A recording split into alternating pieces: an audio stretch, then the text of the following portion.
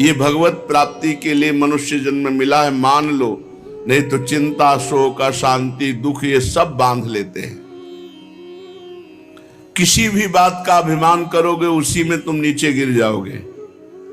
अगर किसी बात का ये गर्व रहा मैं, तो सच्चिदानंद रस में डूबने को नहीं मिलेगा। जब गुरुजनों ने इस मैं को मिटाया तब वो बात समझ में आई, नहीं ये मैं बिना गुरुजनों के नहीं मिटता है, पक्की बात समझ लो। साधना का एक मैं चढ़ा रहता है अंदर कि मैं, और जब तक ये मैं है तब तक भगवत प्राप्ति, भगवदानंद ये सब बहुत दूर की बातें हैं। गुरुजनों की कृपा से इसका मर्दन होता है। अगर भगवत प्रेमी महात्माओं का संग मिल जाए तो इस अहंकार को वो चूर चूर कर देते हैं, और उनकी कृपा से मन इतना भयभीत हो जाता है कि दोबारा अहंकार करने लायक नहीं रहता।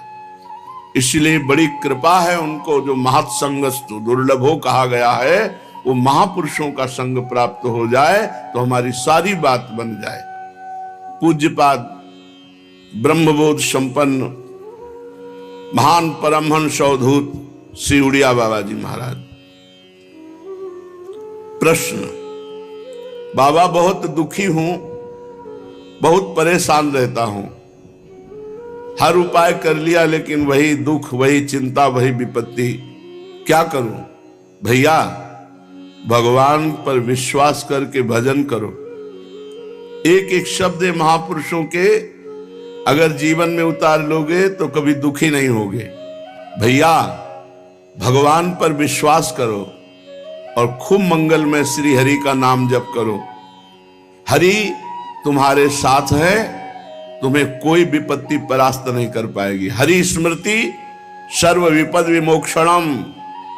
भगवान का स्मरण जो कर रहा है वो सब विपत्तियों से पार हो जाता है, यहां तक कि जन्म मरण से, स्मरण मात्र से। यस्य स्मरण मात्रेण जन्म संसार बंधनात् विमुच्यते नमस्तस्मै विष्णुवे प्रभु विष्णुवे। विष्णु शास्त्र नाम में जो भगवान का स्मरण करता है वो जन्म मरण चक्र से विमुक्त हो जाता है। छोटी मोटी दुख और विपत्तियों की तो बात ही क्या। भगवान की शरण में हो जाओ। दुखी होना, अविश्वास करना, संशय करना, ये सब पतन के मार्ग हैं। दुखी भी नहीं होना चाहिए। अगर भारी से भारी दुख है तो लड़ो, सहो, भगवान नाम जापक हो, उसको सह जाओ। दुखी नहीं होना। दुखी होने का मतलब है शरणागति पे अविश्वास। सारी परिस्थितियों के रचयिता ईश्वर हैं। ईश्वर ने तुम्हें पैदा किया है। जिन प्रभु ने तुम्हें बनाया, जिन प्रभु ने तुम्हें पैदा किया इस संसार में, वही तुम्हारे कर्मों को मिटा सकते हैं। दुख मिलता है पाप कर्म का फल, और लौकिक सुख मिलता है पुण्य। प्रायः पुण्य लोग करते नहीं, पाप कर्म अधिक, इसीलिए बिना चाहे दुख सबको भोगना पड़ता है। जिन प्रभु ने सूर्य की रचना की, चंद्रमा की रचना की और तुम्हारे शरीर की रचना की, यदि तुम उन्हीं प्रभु का भजन करोगे तो तुम्हें प्रभु बुद्धि योग प्रदान कर देंगे। और जिसको बुद्धि योग प्राप्त हो जाता है वो कभी दुखी नहीं होता। भारी से भारी विपत्ति में भी वो आनंदित रहता है। तेषाम सतत युक्तानाम भजताम प्रीतिपूर्वकम ददामि बुद्धि योगम तम येन मामुपयान्ति ते। जो प्रेम पूर्वक भगवान के नाम का जप करता रहता है, भगवान उसे बुद्धि योग प्रदान कर देते हैं। किंतु आवश्यकता सर्वतो भावेन अपने आप को भगवान की शरणागति में पुष्ट करना है। मेरा तन, मेरा मन, मेरा प्राण, मेरा सर्वस्व श्री भगवान को समर्पित है, क्योंकि ये श्री भगवान का ही है। और खूब नाम जप। अपने आप को भगवान पर न्यौछावर करके देखो। अपनी सारी अहमता ममता को भगवान के चरणों में रख के देखो। तुम सदैव प्रसन्न रहोगे, सुखी रहोगे। बाबा भजन नहीं होता। बाबा ने बताया भजन ही सब दुखों का नाशक है। तो बाबा भजन नहीं होता। अरे भजन होता है, सिद्धों का भजन करना पड़ता है। भगवत चिंतन का अभ्यास डालो। देखो, एक समय भोजन पाओ और खूब डट के भजन करो। ये आते हैं, जैसा अभ्यास कर लो वैसा हो जाता है। ये मन बहुत बदमाश है, ये कहता है बर्बाद ना हो जाए, मतलब थैला भरते चले जाओ, बर्बाद ना। जीवन बर्बाद हो रहा है इसकी चिंता नहीं, समय बर्बाद हो रहा है इसकी चिंता नहीं, महापदार्थ बर्बाद नहीं होने चाहिए। अरे भाई, तो बर्बाद काहे को करो, पहले से एक रखवा ले, 2 रोटी, 1 गुलाब जामुन, थोड़ी सब्जी, बस हो गया। 24 घंटे में 400 ग्राम अन्न पाने से बहुत बढ़िया दिनचर्या चल जाएगी। गृहस्थ है तो थोड़ा 800 ग्राम कर ले। इसलिए बाबा से कहा भजन नहीं होता, तो बोले भजन होता तो सिद्धों का है, साधक को तो भजन करना पड़ता है, और भजन करने के लिए एक समय भोजन पाओ, पर एक समय ऐसा नहीं कि दबा दबा के एक समय तुम पालो, नहीं। अगर ऐसा स्वभाव है तो 2 समय पालो, थोड़ा थोड़ा पाओ।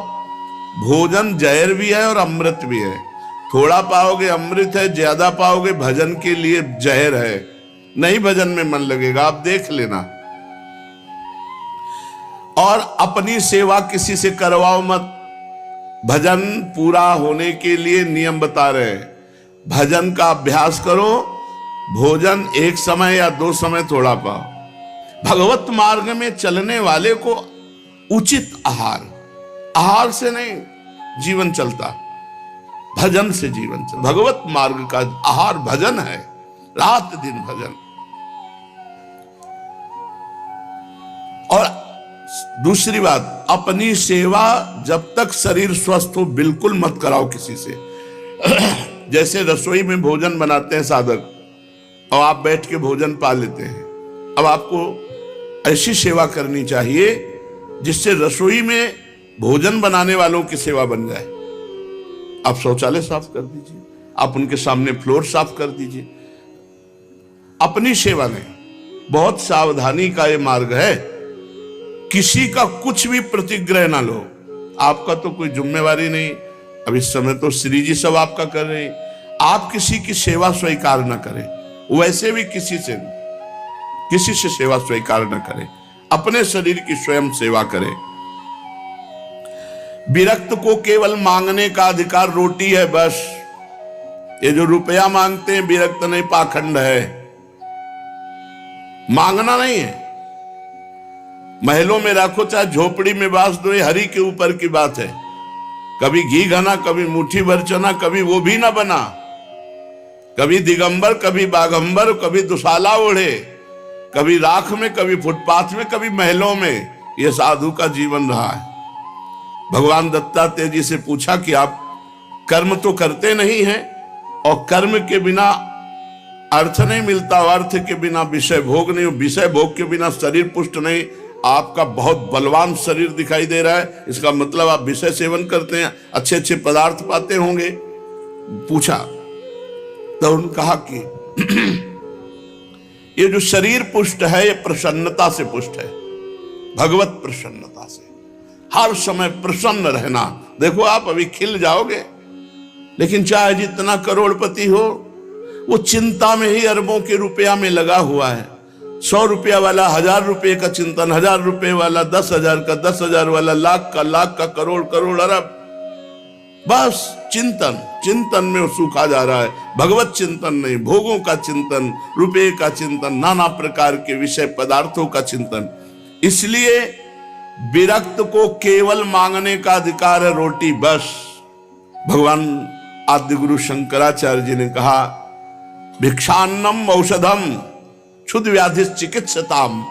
क्षुधा रूपी व्याधि की चिकित्सा करो भिक्षा रूपी अन्न से, और सदगृहस्थ अपनी कमाई का खाओ। ये नहीं कि यहां हलवा बट रहा है, हाथ फैला दिए, नहीं। क्यों? हम क्यों दूसरे का पाएंगे? नहीं पाएंगे। हम मेहनत किया है, अगर वो हलवा पाते हैं तो 5 रुपया उसके पास रख देते हैं, वो नहीं लेता है तो हम हलवा नहीं लेते हैं।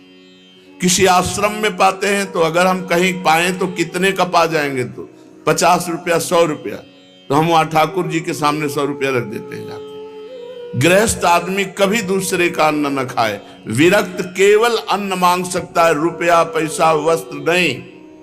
उसकी व्यवस्था योगक्षेमम वहाम्य हम स्वयं श्री भगवान करते हैं। विरक्त को गृहस्थ के घर में शयन करने का अधिकार नहीं। दरवाजे के बाहर या स्कूल या कोई वट वृक्ष या कोई देवालय, गृहस्थों के बिस्तर पर विरक्त को सोने का अधिकार नहीं है। पूज्यपाद सिउड़िया बाबा जी महाराज। जिसे अपना परम कल्याण करना हो, इन बातों को निश्चित मान ले। निरंतर नाम जप, आराध्य देव गुरुदेव का ध्यान और अपने आचार्य ग्रंथ का गायन पाठ स्वाध्याय नियम पूर्वक जो चलता है, उसी के हृदय में प्रेम प्रकाश होता है। जब प्रेम प्रकाशित होता है तब नेम नहीं रह जाता। विचारवान पुरुष जब भगवत मार्ग में आगे बढ़ता है तो उसकी निंदा होने लगती है। ध्यान दीजिएगा, उसकी निंदा होती है। उसको सहन करना ही आगे अध्यात्म की ऊंचाई पर चढ़ना है। आप गृहस्थ हैं, भजन करेंगे, आपको 4 लोग उपहास है, देखो ये आगे तिलक लगाए, कंठी बांधे, बड़े भगत बनते हैं, उपहास करेंगे आपका। आपको शांति पूर्वक मुस्कुरा के चल देना है, जो आपकी भक्ति बढ़ेगी। और अगर आपने पलट करके उपहास करने वालों का विरोध किया तो फिर आप अध्यात्म की ऊंचाई पर नहीं चढ़ पाएंगे। विचारवान पुरुष को निंदा और स्तुति दोनों फूलों की तरह समझना चाहिए।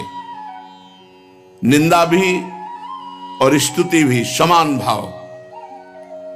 निंदा और स्तुति में अनासक्त भाव रखो।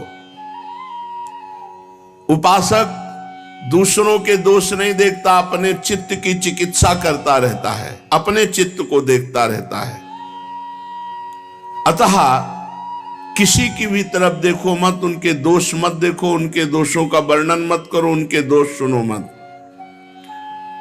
जो संसार की भक्ति करता है वो ये देखता है ये दोषी है, ये गुणी है, ये अच्छा है, ये बुरा है। जो भगवान की भक्ति करता है वो सब जगह अपने भगवान को देखता है। भगवान की भक्ति करने वाले को भगवान मिलता है, संसार की भक्ति करने वाले को संसार मिलता है।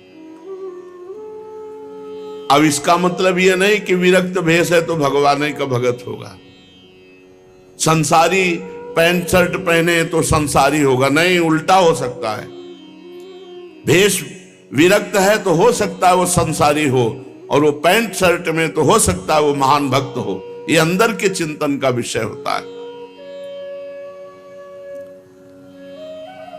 एक भगवत लीला में जाया करते थे देखने, भगवान की, रघुनाथ जी की क्रम से लीला चल रही थी, और उनका एक दोस्त था जो क्रम से नाटक चल रहा था, उस नाटक देख ले जाते।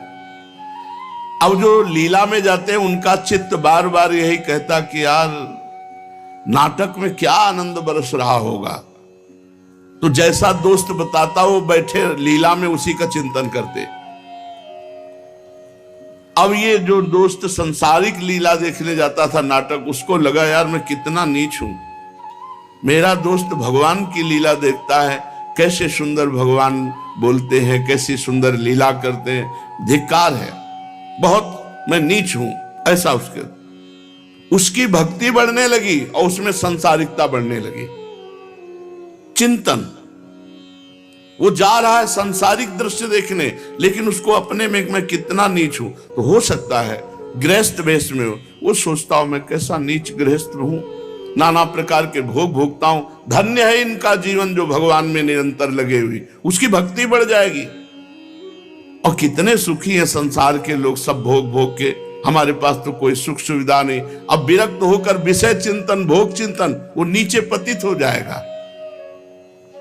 इसलिए चित्त का मार्जन करना, चित्त को पवित्र करना है। अपने चित्त को देखो कि तुम्हारे चित्त में चिंतन क्या हो रहा है। जो चिंतन है वही साधना है, बाहर की क्रिया साधना नहीं है। बाहर हो रही आरती और चिंतन क्या हो रहा है। बाहर आप भगवान के समीप खड़े हो लेकिन चिंतन में कहां हो। बाहर आप फावड़ा चला रहे हो लेकिन आपका चिंतन भगवान का हो रहा है। आप महान भक्त हैं, बाहर आप सांसारिक कार्य कर रहे हो, लेकिन आपका चिंतन राधा राधा, और वो भगवान के समीप खड़ा संसार का चिंतन कर रहा है, खास बात नहीं है। जिसकी भगवान के नाम जप में आसक्ति हो जाती है, वो चाहे एकांत में हो चाहे समाज में हो, वो लाभ ले पाएगा। और जिसकी भगवान के चिंतन में आसक्ति नहीं, तो एकांत भी उसका बंधन कारक ही होगा, क्योंकि उसका मन एकांत पाकर शासन करने लगेगा। इसलिए जिनका मन अभी भगवदाकार नहीं हुआ, उनको रोज सत्संग सुनना चाहिए, साधु समागम में रहना चाहिए। नहीं तो मन बड़ा चंचल है, वो भोजन पाते समय, स्नान करते समय, बातचीत करते समय और शयन के समय ये विशेष चंचल हो जाता है। प्रारंभ में देखा कि जब स्नान करने लगे तो या तो कोई पाठ लगाओ, नहीं तो विस्मरण हो जाएगा शौच स्नान के समय। भोजन पा रहे हो तो कोई बड़ा पद लगाओ, जिससे भोजन पा रहे हो शुरू कर दो, प्रथम यथामति प्रणवंसी वृंदावन रम्य, अंदर ही अंदर, और पूरी एकाग्रता रखो। देखो आपका भोजन भी भजन हो जाएगा। और शयन के समय पूरी साधना करके जब मध्याह्न में विश्राम या सायं शयन, एकांत में रात्रि में शयन, उस समय मन बड़ा चंचल होता है। उस समय संभाल लो। कोई आजकल तो मोबाइल चल गए, पहले तो थे नहीं। मोबाइल आदि से गंदी बातें देखना या गंदा चिंतन करना या कोई गंदा पूर्व का पीछे का, ये आपको पतित कर देगा। बहुत सावधान। और बातचीत करते समय भजन छूटता है, लेकिन अभ्यास करो सामने नाम लिखने का। तो बातचीत हम कर रहे हैं, लेकिन वो एकाग्रता हमारी अंदर ही अंदर नाम में लगी हुई है। भगवान के नाम का जप और गुरु और संत सेवा, भगवंत सेवा, ये बहुत जल्दी अंतःकरण को पवित्र करते हैं। और प्रपंच की बातें करने वाला, अश्लील गंदी बातें करने वाला, ये बहुत जल्दी हृदय को अपवित्र कर देते हैं। ऐसे भजन से कोई लाभ नहीं मिलेगा जो अश्लील संभाषण स्वयं बोलता है, अश्लील बातें सुनता है, प्रपंची लोगों के बीच में बैठता है। सांसारिक लोगों के बीच में बैठने वाला कभी भजनानंदी नहीं हो सकता। हाँ, जो भजन में परिपक्व हो चुका है, सिद्ध हो चुका है, तो श्रीमद राधा सुधा निधि, वो चाहे बहिर्मुख पुरुषों के बीच में बैठे, वो चाहे विषयों को ग्रहण करे या त्यागे, वहां कोई फर्क नहीं पड़ता, क्योंकि भगवदाकार वृत्ति रहती है। कर्माणि श्रुति बोधितानि नितराम कुर्वन्तु कुर्वन्तु मा गूढ़ाश्चर्य रसास्त्रगादि विषयान गृह्णन्तु मुञ्चन्तु वा कैर्वा भाव रहस्य पारगमति श्री राधिका प्रेयसा किंचित ज्ञैरनुयुज्यताम वैरो भ्राम्यत भिरान्यपि। जो बहिर्मुख पुरुष है उनके भी संग से उसको कोई फर्क नहीं पड़ता। जो रहीम उत्तम प्रकृति का कर सकत कुसंग, चंदन विष व्यापत नहीं लपटे रहत भुजंग। लेकिन ये सिद्ध पुरुष की स्थिति, साधक को बहुत बचना चाहिए। प्रपंची लोगों से, संसारिक लोगों से अगर संभाषण करोगे, उनके बीच में बैठोगे, तो मनोवृत्ति में भोगाकर्षण पैदा हो जाएगा। साधना का फल है देहाभिमान गलित हो जाना। जिसका देहाभिमान गलित हुआ वही साधना परिपक्व कर पाया। जब आराध्य देव के साथ संबंध दृढ़ हो जाता है तो सारे संबंध शिथिल हो जाते हैं। जननी जनक बंधु सुत दारा तन धन धाम सुरद परिवारा, इन सब से अपनापन खत्म हो जाता है। कहीं भी राग द्वेष नहीं होता।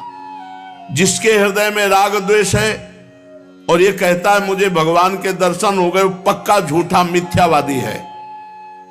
ब्रह्मबोध संपन्न महापुरुष बोल रहे हैं। किसी महापुरुष से पूछा कि आपको भगवान की प्राप्ति हो गई, भगवान का साक्षात्कार किया? तो एक दोहा वर सुनाया, जब मैं था तब हरि नहीं, अब हरि हैं मैं नाही। प्रेम गली अति साकरी तामे दोनों समाए। जाओ समझो जाके, इसकी व्याख्या नहीं, समझो जाके। लाली मेरे लाल की जित देखूं तित लाल, जित देखूं तित लाल। और लाली देखन मैं चली तो मैं भी हो गई लाल। यह है भगवदाकार वृत्ति। समझना है समझो।